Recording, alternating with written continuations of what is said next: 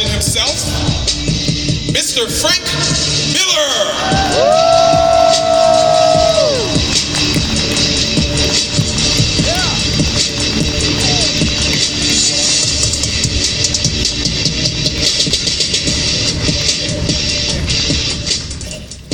Now, we know where the question areas are. Just to let you guys know, of course you know this, Brian is more of an expert of Frank than I am. So he's going to be here to tell us his stories as well, working with Mr. Miller.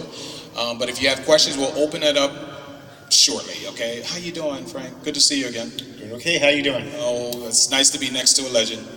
And as well as Brian, in his own remarks, the guy is awesome as well in what he does. Oh. Shut up, legend.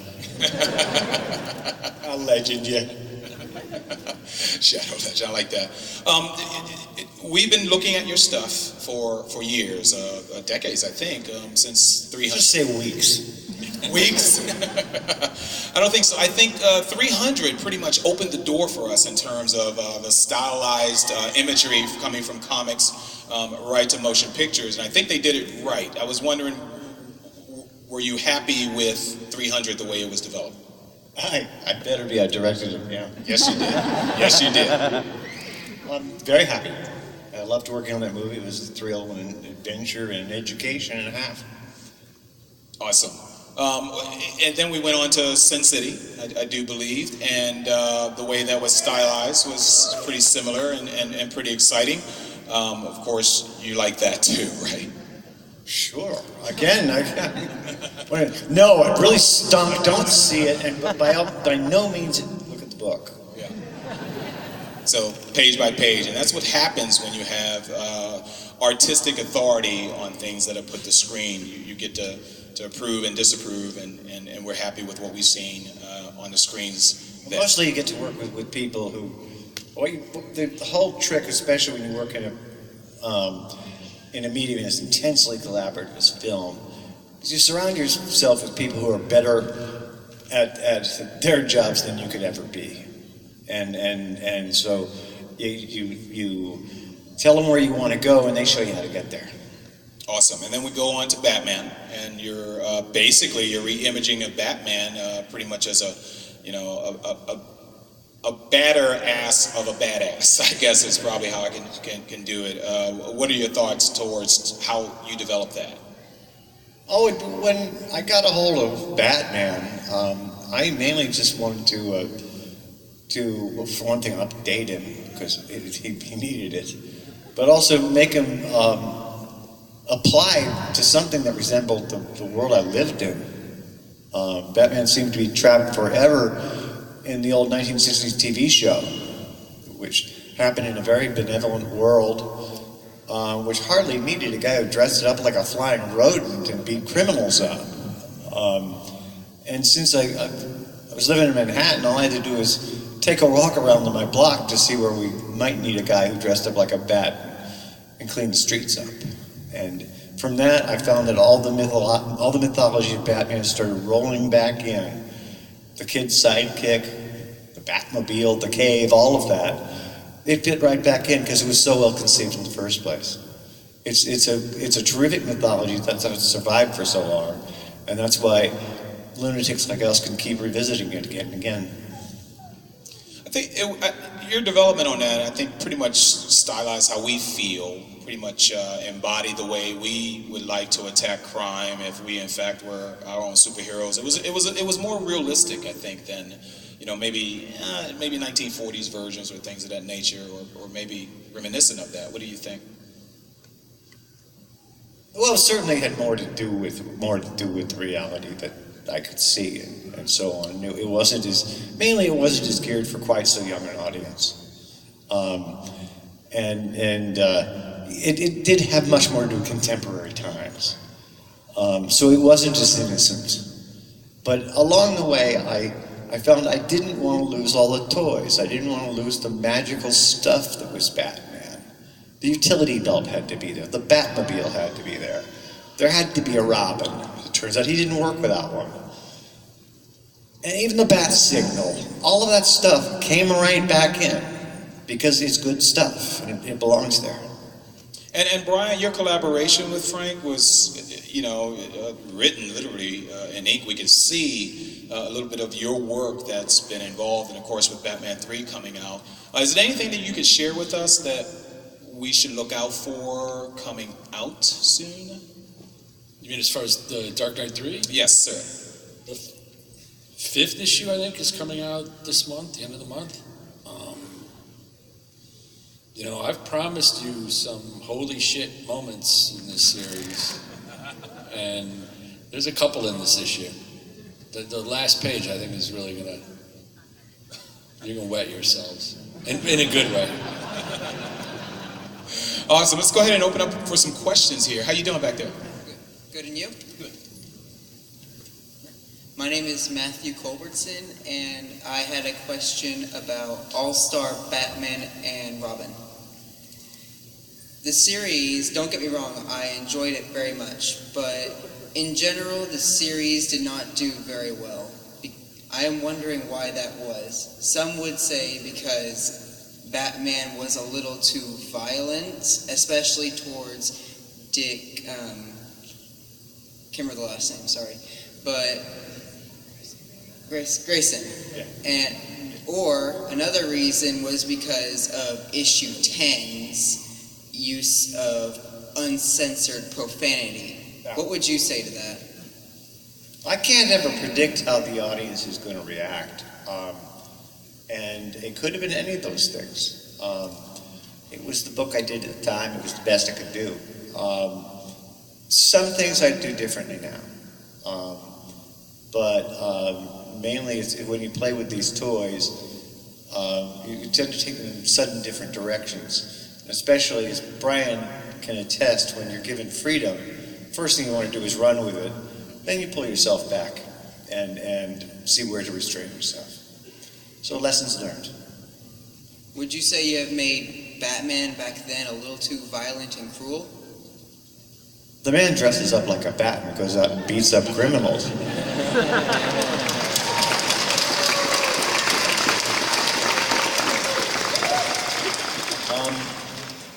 The wonderful thing about a character like Batman, especially Batman, is that he's open to wildly different interpretations.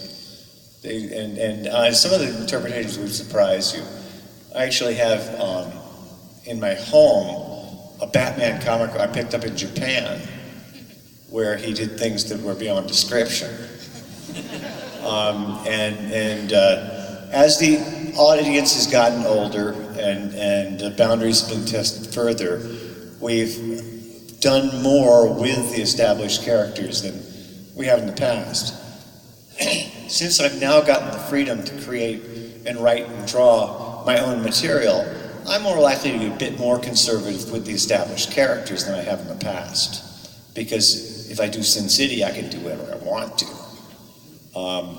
But I still like to push things a bit here and there. All right, well, thank you. Thank you. Thank you. Hi. Hello, big fan. And you've always worked with a bunch of artists over the years, and I was wondering, who's your favorite artist and why? Careful. Just name a dead guy.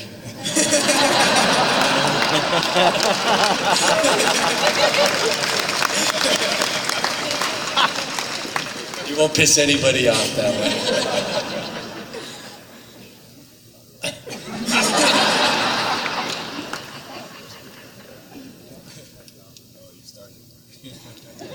I'm afraid I can't answer that question. Thanks for asking, though. Okay, thank you. Hi. Ask that same question, sir. Go ahead. Hello, my name is Nicholas Stokes. Hello, and Nicholas. And I was wondering, who's your favorite character to draw and why? My favorite character to draw. Oh boy. To draw, I'd say Batman. Because he's big and scary, and he's a good guy. Thank you. Thank you. Awesome. Hello. Big fan, especially what you've done with Batman over the years. I always wanted to ask, since your writing is almost cinematic too, influenced a lot of the movies, how do you start at a blank page to complete a full-fledged story? Like, do you plan it out, or does the idea just come to you, whatever? Well, usually everything starts with an idea or two, and some scribbled notes. These can sit around for months and months on end, and be ignored, or they collide with each other. It's a very slow process. But sooner or later, there's enough together to start bugging me, and I start trying to turn it into a story. And then it's a matter of creating a problem and trying to solve it. In the case of revisiting a character like Batman or Superman, it's looking at what existed before and trying to get down to the essence of what the character is and trying to explore that. In the case of something that's brand new, like my Sin City work, that involves creating a crime story, which means creating a crime and working around that. So it's different each time. Usually I'd say a good rule of thumb is I start with a character and then put him in a situation that defines who he is, which means he's got a problem to solve. And that way we learn what he's made out of. Thank you. In terms of 300, though, I'm assuming since there is some, I want to say, historical research, or at least research that you needed to do for 300, where did you start from on that story? Well, with 300, my experience with it started when I was around 7 years old, and I saw a movie called 300 Spartans, which was a clunky old movie starring Richard Egan, which told the story of 300 Spartans. And it inspired me for a long time. I started researching it, and it was always cooking around as I got into doing comics and became a professional, as being the story I'd do when I thought I was ready. And about the time I hit 29 years old or something, I realized I'd better start getting to work on this thing because I was putting it off. So I started reading Herodotus and everything else there was on the legend, and doing all the physical research I could, and finally just dove in and started drawing the thing, and it was a leap of faith. I had a courageous publisher, Dark Horse Comics, who was willing to take a chance doing an historical war story, which was unheard of at the time. The only thing people ever did were guys in tights. But Dark Horse was willing to back it full force, and including a book tour and all of that, and we got it done, and luckily you all liked it. Awesome. Hello. Hi, my name's Tristan, and I was wondering, was there ever a moment when you were creating The Dark Knight Returns and you were like, wow, this is going to change the comics forever? Thanks, Tristan. No.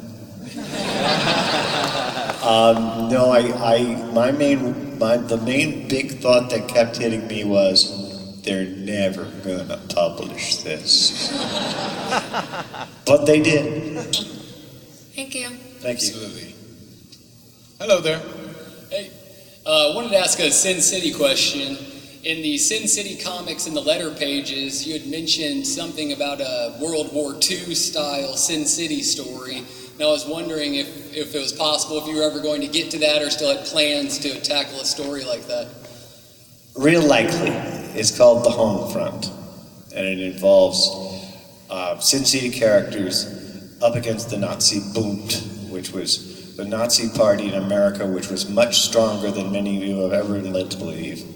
America came very close to going fascist, and it was a worldwide movement at the time, and that's exactly the avenue I want to explore. Great, thank you so much. You bet. Awesome. Hello there. Hello, I'm Michael Roberts. I just want to say real quick, I'm a huge fan. I love everything that you worked on. It's awesome. My question is on Batman versus Superman, we sort of saw a change in Batman's morals on killing, and I was wondering if your Batman was to continue doing if the story was going to move on, would you ever believe that your Batman would start killing as well, or would you believe he would stay true to the morals that he set? Well, I wouldn't take my lead from a movie for my version of Batman. They take their lead from us. But well, thanks. But no, my feeling is that Batman's had an imperative against murder because he's been a victim of it. He lost his parents right before his eyes. He doesn't regard himself as a judge of life and death. So he would never murder. Alrighty, thank you. Brian, what do you think about that in terms of Batman's conscience to now kill or try not to? Well, even in the film? Just the whole genre. Right I now. saw that. It was like, wow, they're writing a video game scene here. It's like the Batman versus Superman video game is going to be cool because Batman gets to use guns and shoot people. Would he? I mean, the character in the comics, the character that we're familiar with, no. That's the line he wouldn't cross. He's had plenty of times where he should have crossed that line. Say the Joker, for example, and he won't do it, which ends up. I mean, that's a huge conundrum because he doesn't kill the Joker, and then the Joker goes out and kills hundreds and. Let's just say that Batman will not kill, but he'll hurt you really, really, really bad. And I don't think we're opposed to Batman hurting people really, really bad, but you have heroes. It's the reason why we have heroes out there, and there's standards and rules of that hero. And one of those established rules was for Batman that I won't take a life, I won't kill. But then, like the gentleman was saying before, with access to guns, access to planes that shoot missiles, and collateral damage is bound to happen at some point. What goes through his mind then? Well, you can only assume it has. In which case, it has. But I mean, that's a risk any warrior would take coming into it. There's a very big difference between willful murder and unintended consequences. When you're in the middle of saving 30 people and somebody does get hurt or killed, that's an unforeseen and unfortunate consequence. Yeah, and like you said, he'll hurt somebody really, really bad, but he's not a sadist. I guess when I saw Superman or Man of Steel, the collateral damage really upset the living daylights out of me. But I know that's reality. I know that's going to happen, and it kind of brought us up to accepting the fact that this is going to happen. But I still didn't like it. It's like, oh my God, there goes a whole building going down. How many people were in that building? And so that was interesting. Go ahead. Hi, Frank. My name is Chris. Hello, Chris. And I just want to say thank you for writing a story, first of all, where Batman beats Superman like he stole something, because my brother, who's 8 years older, is a big Superman fan, and your comic made me a huge Batman fan growing up. So the question I want to ask is, when you were writing The Dark Knight Returns, how good did it feel to write that scene where Bruce Wayne leans over Superman and says, I want you to remember the one man who beat you? It felt very good.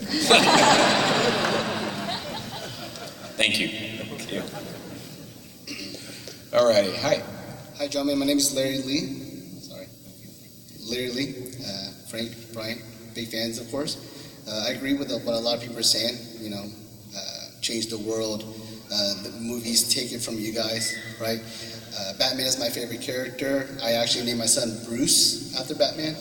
My wife took my naming privileges away after that. But that's how much of a fan I am, right?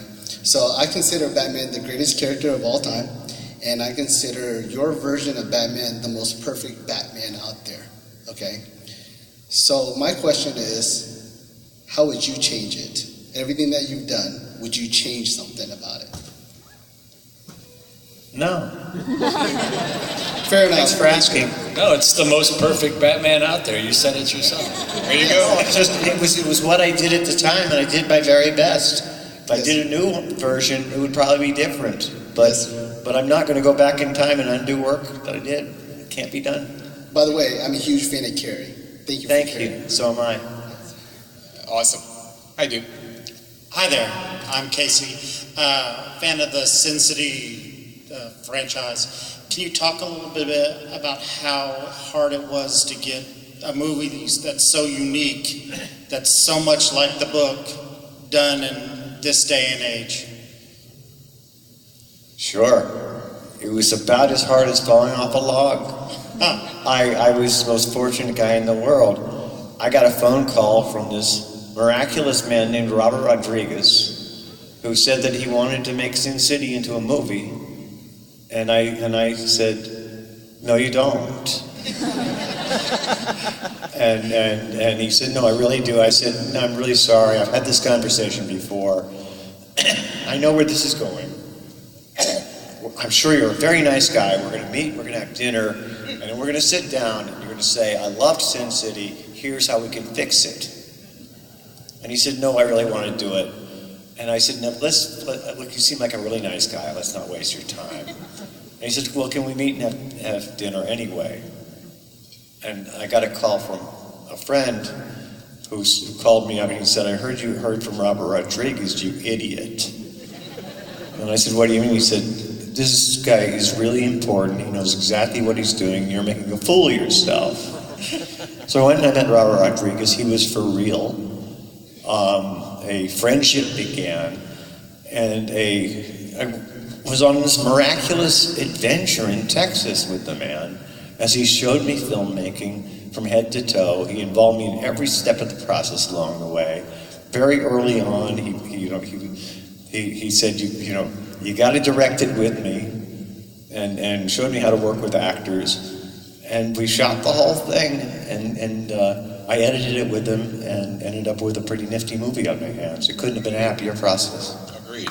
Yeah, it's one of the best adaptations from a book to the movies I've seen. Hi there. Hi. My name is Martin, and I have a question for you. It's about Ben Affleck's Batman. Sure. And how do you feel he filled the part out, and which one is your favorite cinematic Batman? Cinematic Batman? Yeah.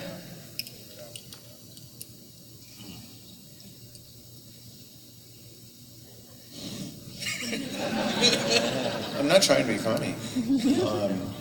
First off, I liked what Ben did. I thought it was very sincere, and he takes the role very seriously. Looking over the various people who've played Batman, I get back to my overall theory about Batman is that he's wildly open to interpretation, and there was Michael Keaton's version, which was pretty damn quirky, but his Bruce Wayne was terrific. There was George Clooney's, which was perhaps the most heroic of the bunch. And then you can go all the way back to Adam West if you want, and it had its virtues. It was funnier than hell. So again, he's like the character is so well conceived that he's hard to screw up.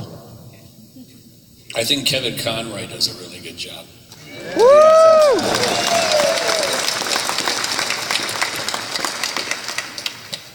Awesome. I agree with Brian. Kevin's part is classic.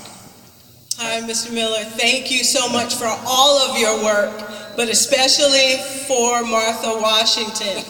You're welcome. Thanks for mentioning my favorite. And I was wondering, could you tell me what was the inspiration for her character? Well, I wanted to do a lot of political parody, for one thing. But also, I wanted to make up my own version of Captain America. And I thought, what's the most quintessentially American thing there is? What is the most American thing you can name? And it's coming from a disadvantaged place to achieving success. And so how many things how many obstacles could I have in front of one character to slow this character down, to make it impossible for this character to succeed? Well, female, impoverished, black. That's a hell of a start. Awesome. Good. Thank you. Hello there. How you doing, Frank? My name is Nehemiah, and I know people always say you have some type of grudge against Superman. But You know, you punched the guy once. right, Punch the guy twice. but Farm boy just won't sit down. but I was wondering if they were to ever give you the property of Superman, what type of version and how would you reinvent him and make him more better like you did Batman? It takes place in World War II. In occupied France. Superman shot down over France, lands in a small village, is nursed back to health by French resistance people, and he's much depowered, and he's up against a Nazi Panzer tank, which is menacing the village. Is that an answer?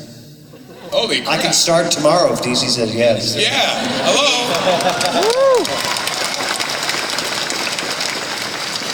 Is there anything else you want to give away about that story?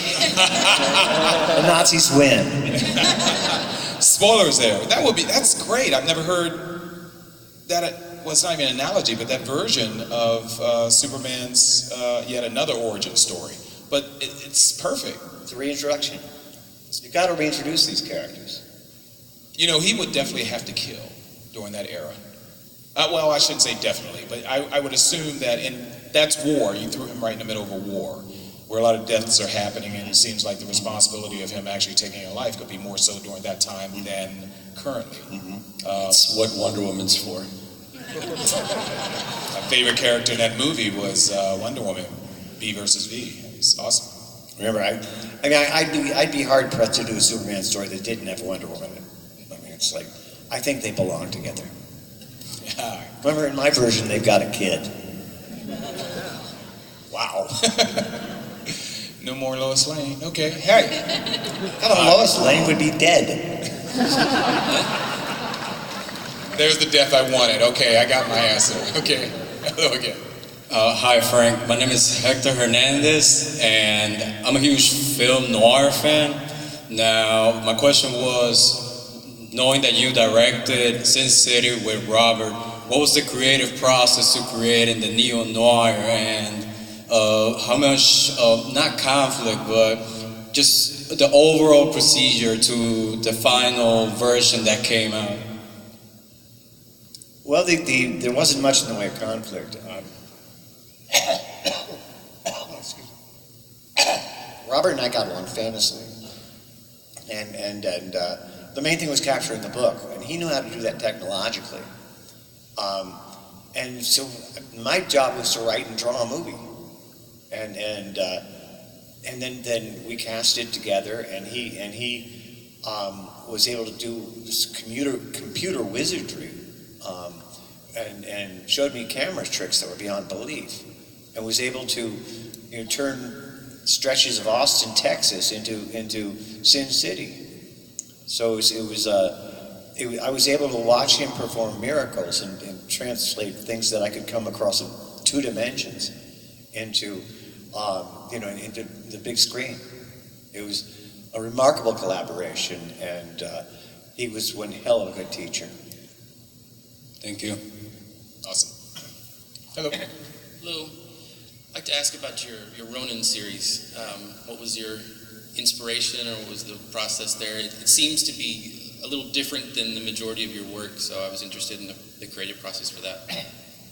Well,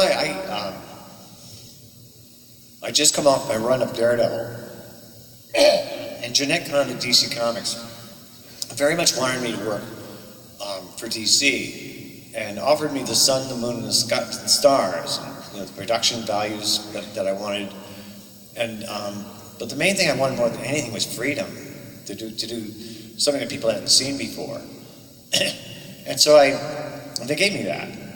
So I was able to get a format that had never been heard of before, and